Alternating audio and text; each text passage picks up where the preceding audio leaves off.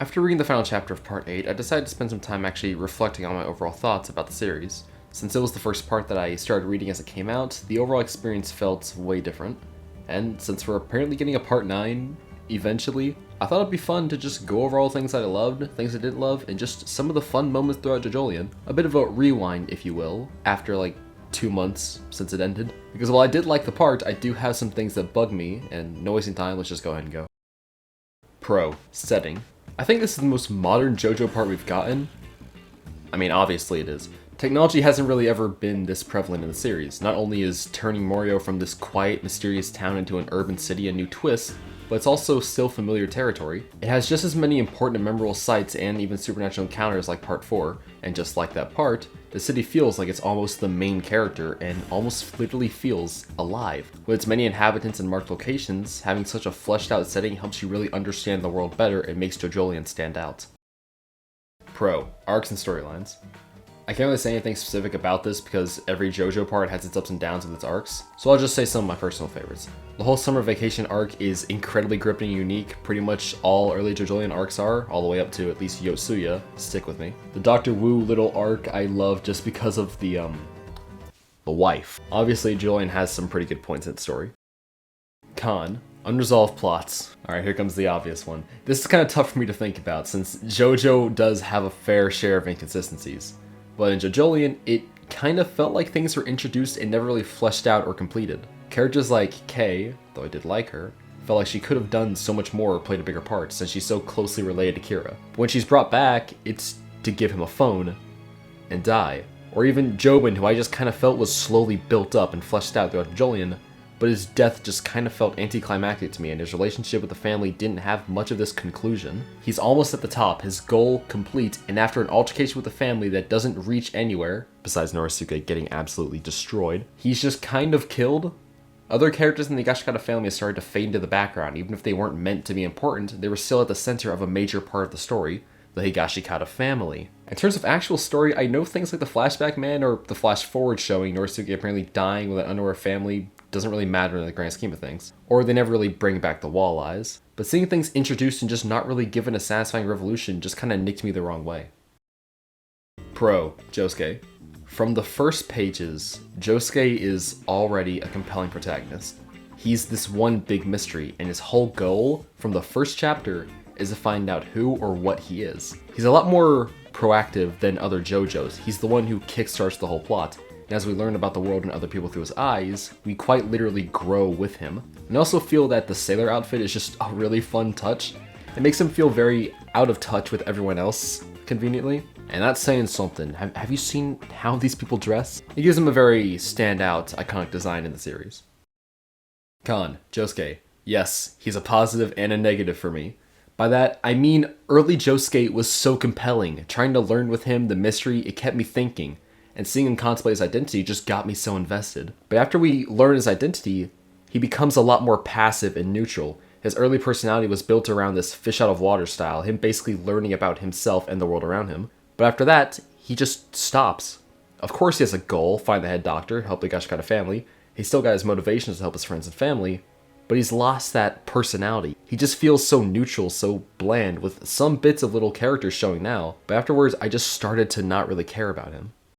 Pro. Characters. On their own, JoJolion has a great cast, from nearly everyone in the Higashikata family either being incredibly fleshed out and having a place in the story, or at least being entertaining and having a very unique identity in the arc.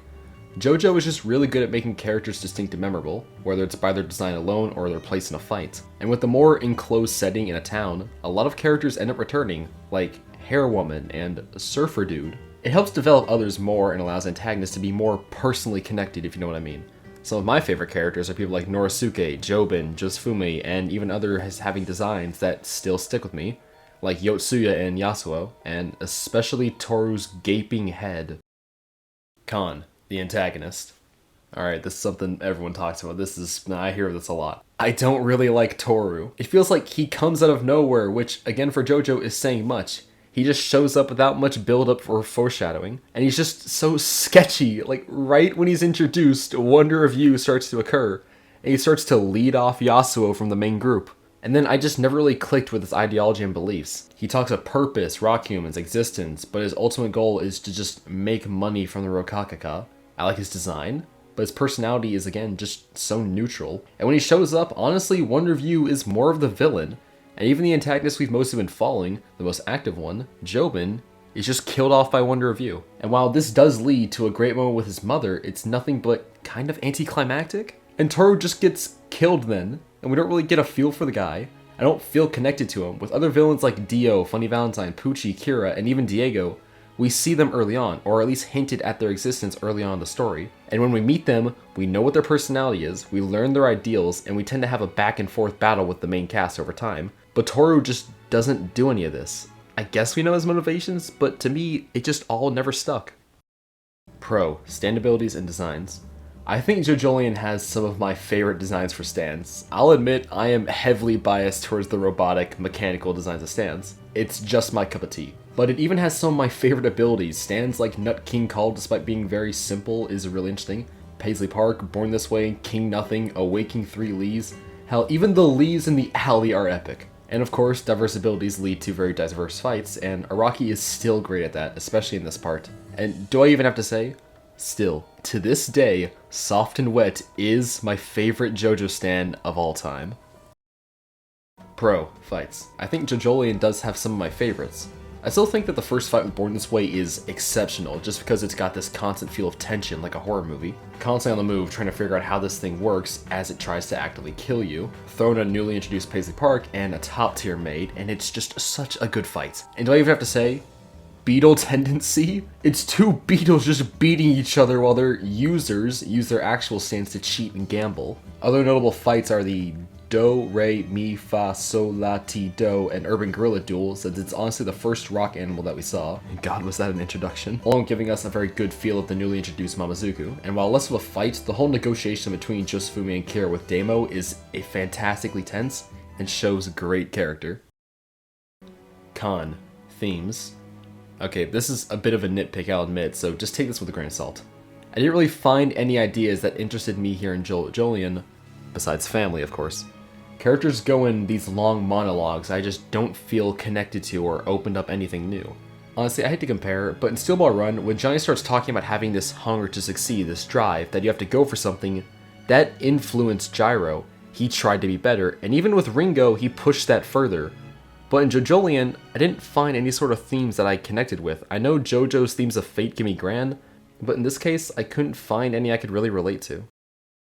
Pro. Family. This part has so much family, even my boy Dom Toretto was smiling. JoJolion has this consistent theme of familial bonds, or more specifically, motherhood. The connected Higashikata family, along with the differing beliefs of Norisuke and Jobin and how they clash, and how Jobin's mother is willing to go to any lengths for her child's benefit. Even how they just start Kira being a somewhat vague parent to Josuke, how she's technically his only family he knows of, but there's this gray area.